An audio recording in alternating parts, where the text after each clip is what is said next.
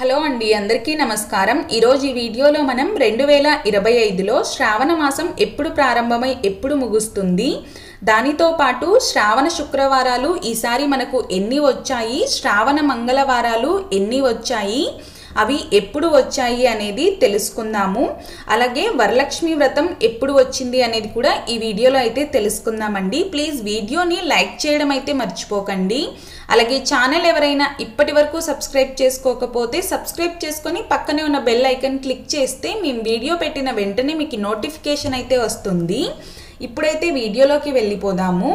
ముందుగా అయితే మనము శ్రావణ మాసం ఎప్పుడు ప్రారంభమై ఎప్పుడు ముగుస్తుంది అనేది తెలుసుకుందాము।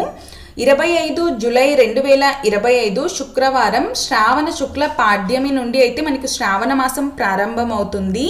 ఎప్పుడు ముగుస్తుంది అంటే 23 ఆగస్ట్ 2025 శనివారం శ్రావణ అమావాస్యతో అయితే మనకి శ్రావణ మాసం అనేది ముగుస్తుంది। ఇక ఎన్ని శ్రావణ శుక్రవారాలు వచ్చాయి అంటే ఈసారి మొత్తం మనకు 5 శ్రావణ శుక్రవారాలు అయితే వచ్చాయి। అందులో మొదటి శ్రావణ శుక్రవారం వచ్చేసి జూలై 25వ తేదీన వచ్చింది। ఈ రోజు నుండి మనకి శ్రావణ మాసం అనేది ప్రారంభం అవుతుందండి। ఇక రెండవ శ్రావణ శుక్రవారం వచ్చేసి ఆగస్ట్ 1, మూడవ శ్రావణ శుక్రవారం వచ్చేసి ఆగస్ట్ 8, ఈ రోజే మనకి వరలక్ష్మి వ్రతం అండి। అలాగే ఇక నాలుగవ శ్రావణ శుక్రవారం వచ్చేసి ఆగస్ట్ 15, ఐదవ శ్రావణ శుక్రవారం వచ్చేసి ఆగస్ట్ 22।